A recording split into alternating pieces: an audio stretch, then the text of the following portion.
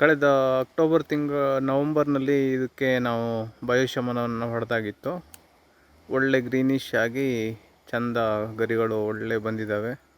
ಈಗ ಬೇಸಿಗೆಯಲ್ಲಿ ನಾವು ನೀರು ಕೊಟ್ಟಿದ್ದರಿಂದ ಮತ್ತು ಈಗ ಮೇದಲ್ಲಿ ಸ್ವಲ್ಪ ಮಳೆ ಆಗಿರೋದ್ರಿಂದ ಮತ್ತೆ ಸ್ವಲ್ಪ ಎಲೆ ಚುಕ್ಕೆ ಥರ ಸ್ಟಾರ್ಟಿಂಗಲ್ಲಿ ಬರುವಂಥ ಗರಿಗಳು ಸ್ವಲ್ಪ ಹಳದಿ ಆಗಿದ್ದಾವೆ. ಈಗ ಮತ್ತೆ ನಾವು ಅವುಗಳಿಗೆ ಬಯೋಶಮನವನ್ನೇ ಸಿಂಪಡಣೆಯನ್ನು ಮಾಡಬೇಕು ಮತ್ತು ಕೊಳೆ ರೋಗಕ್ಕೂ ಕೂಡ ಅದನ್ನೇ ಮುಂಜಾಗ್ರತೆಯಾಗಿ ಹೊಡಿಬೇಕು ಅಂತ ಅಂದ್ಕೊಂಡಿದ್ದೇವೆ. ಸಸಿಗಳಲ್ಲಿಯೂ ಕೂಡ ಎಲೆ ಚುಕ್ಕೆ ಪ್ರಮಾಣ ಕಮ್ಮಿ ಆಗಿದೆ.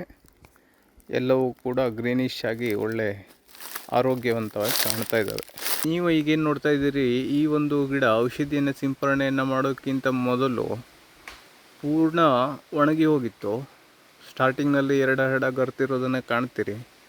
ಔಷಧಿಯನ್ನು ಸಿಂಪಡಣೆಯನ್ನು ಮಾಡಿದ ನಂತರ ಇದುವರೆಗೆ ಸುಧಾರಿಸಿಕೊಂಡು ಈ ಒಂದು ಸಿಂಗಾರ ಬರುವಂಥ ಜಾಗ ಅಲ್ಲಿ ದಪ್ಪ ಆಗಿ ಮತ್ತು ಮೇಲ್ಗಡೆ ಹೊಸ ಆಗಿರ್ತಕ್ಕಂಥ ಆರೋಗ್ಯಯುತವಾಗಿರ್ತಕ್ಕಂಥ ಗರಿಗಳು ಬಂದಿರೋದನ್ನು ನೀವು ಗಮನಿಸ್ಬೋದು.